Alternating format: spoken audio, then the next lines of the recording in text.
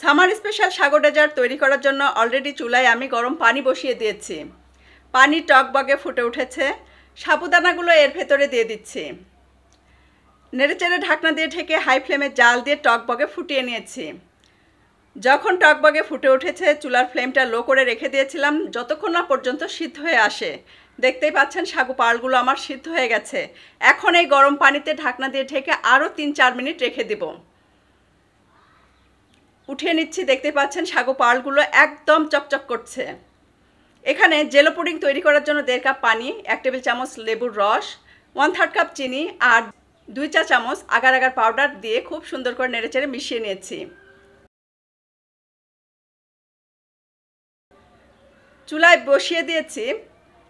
Continuously নেড়েচেড়ে এটা আমি জাল দিয়ে ফুটিয়ে নিয়েছি। যখন টকবগে ফুটে উঠেছে এটা আমি নামিয়ে নিয়েছি। 3টা ভিন্ন কালারের জেলো পুডিং তৈরি করে নিব।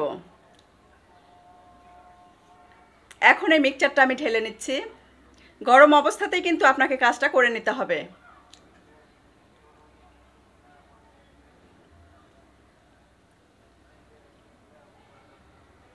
তিন ধরনের ফুড কালার মিশিয়ে নেব।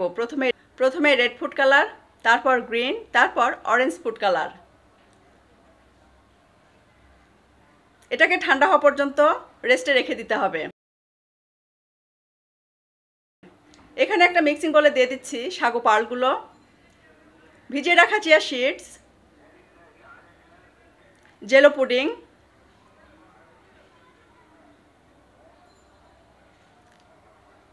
অ্যাপেল, খেজুর,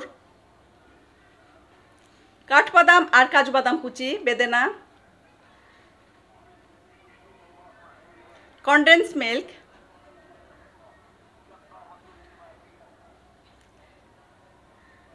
জাল দিয়ে রাখা ঠান্ডা বরফওয়ালা দুধ।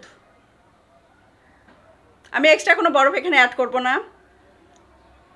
নেড়েচেড়ে খুব সুন্দর করে মিশিয়ে নিলে কিন্তু এই ডেজার্ট আমার রেডি হয়ে যাবে। সার্ভিং গ্লাসে সার্ভ করে দেখিয়ে দিচ্ছি কেমন হয়েছে। যেমন কালারফুল তেমনই কিন্তু খেতে অসম্ভব টেস্টি।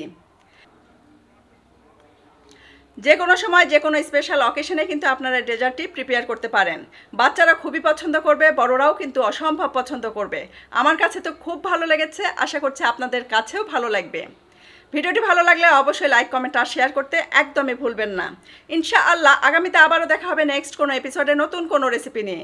সে পর্যন্ত সবাই অনেক বেশি ভালো থাকবেন, আমাদের জন্য দোয়া করবেন। আল্লাহ হাফেজ।